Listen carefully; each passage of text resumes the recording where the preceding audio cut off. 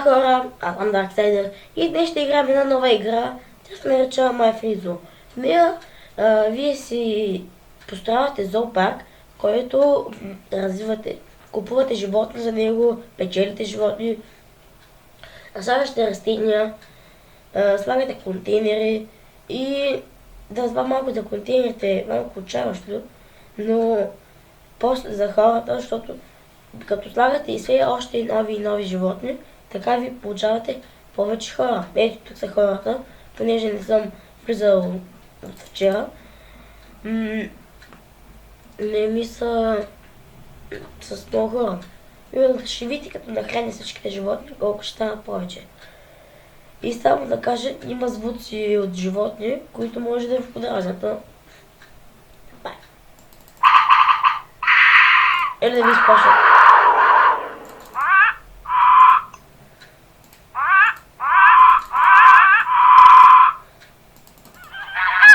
Това животно струва 66 диаманта, това струва 250 хиляди. Спечелил съм ги от едни каузи. Това нещо е хубаво, защото дава или част, или нещо като магазинче. Да, сега ни даде розова фантазия част. Всеки 10 минути се дава подолу.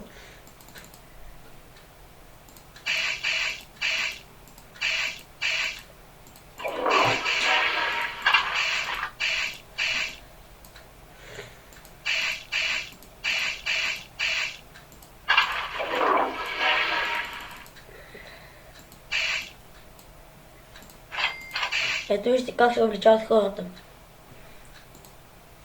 Да, ето, увлечават се хората.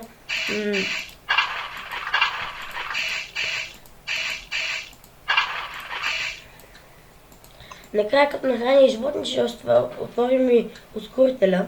То тук пише бустър, но е ускорител. 5000 минути.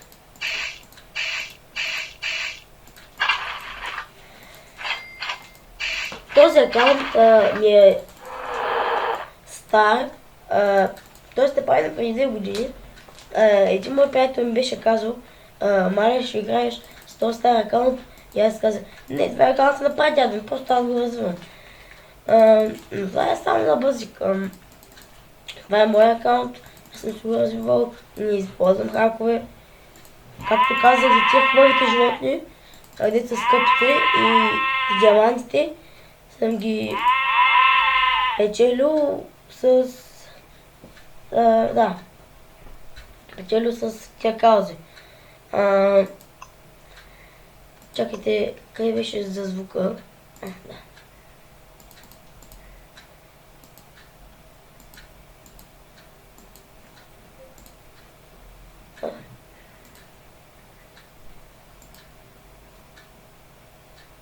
И да, нека не храним другите животни. Справих звуците, тъй като тия овци доста ме дразнят, като блеят, тъй като не е много приятно, тъй като цяло преди половин час се събудих.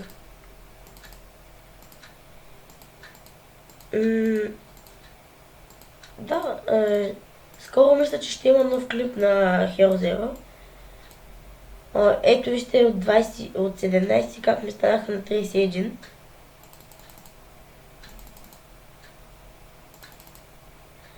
Сега ще видите кобрата, която си купих. Тя струва 60 хиляди. Не е истински пари, естествено и пари от играта. Къщичката й струва 50 хиляди. Тоест, общо 110 хиляди само за тази змия съм дал. А пък на едно място може да си купя размножителна станция, която ще да ми дава диаманти, но аз, защото съм твърде умен, си купих змия. Да, бях твърде умен, затова си и купих змия. И къщичка, която струваше повече от...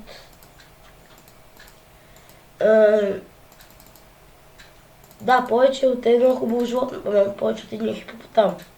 Защото хипопотама е 40 хиляди, мисля, че.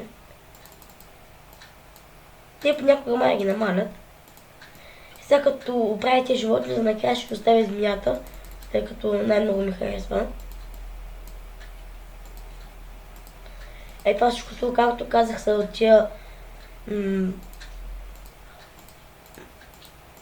работи, не тия, как бяха?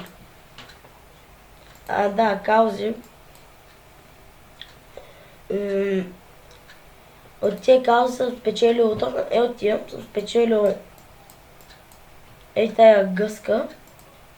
Ето снежната гъска. Мога да ви покажа накрая колко струва. 66 диаманта. А това е 250 хиляди. Зато аз никой няма да се успея да събера 60 хиляди без да ги изхарча. Тъй че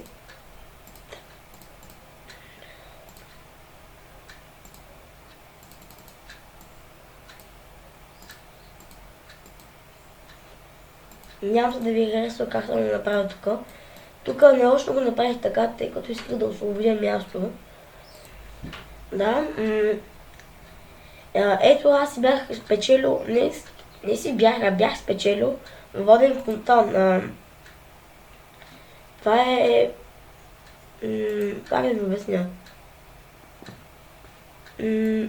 Чакайте, тук е вие. Как съм изпълнил тук тия? Значи трябва да са около пътека, ама като гледам не може. Да. Сетих се защо. Трябва да е на такова място. Такова. Или не знам. Просто ще видя. Нека да продължим с напояването и на храненето на животните. Те издават по 4 точки. Май това дава по 50. Бикът. Много е красив. Прилича на... не знам, на какво прилича.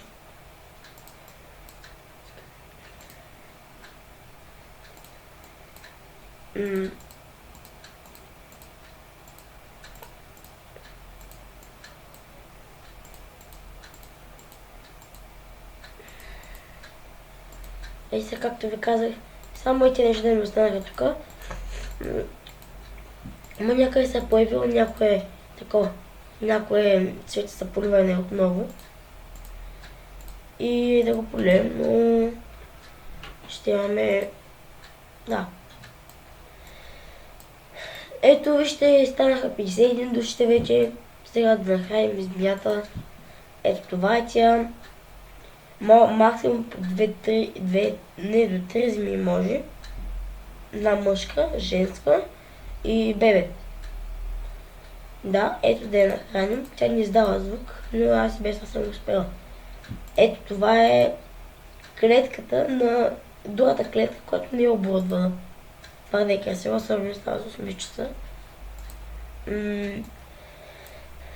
Както бях казала, тъй да вземе ускорителя. Ето тук вижда от ускорител.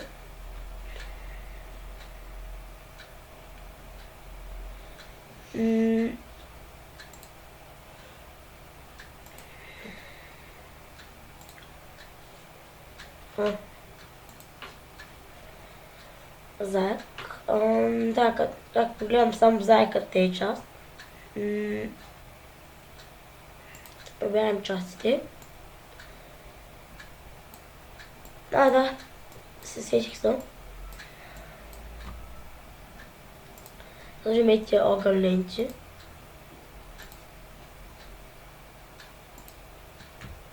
Не.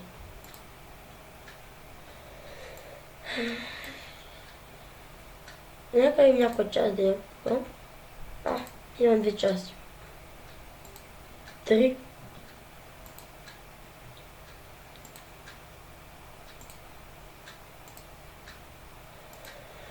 Това гумено пати, къде ще мога да го сложа? Аз не знам. Сега да видим. Гумено пати.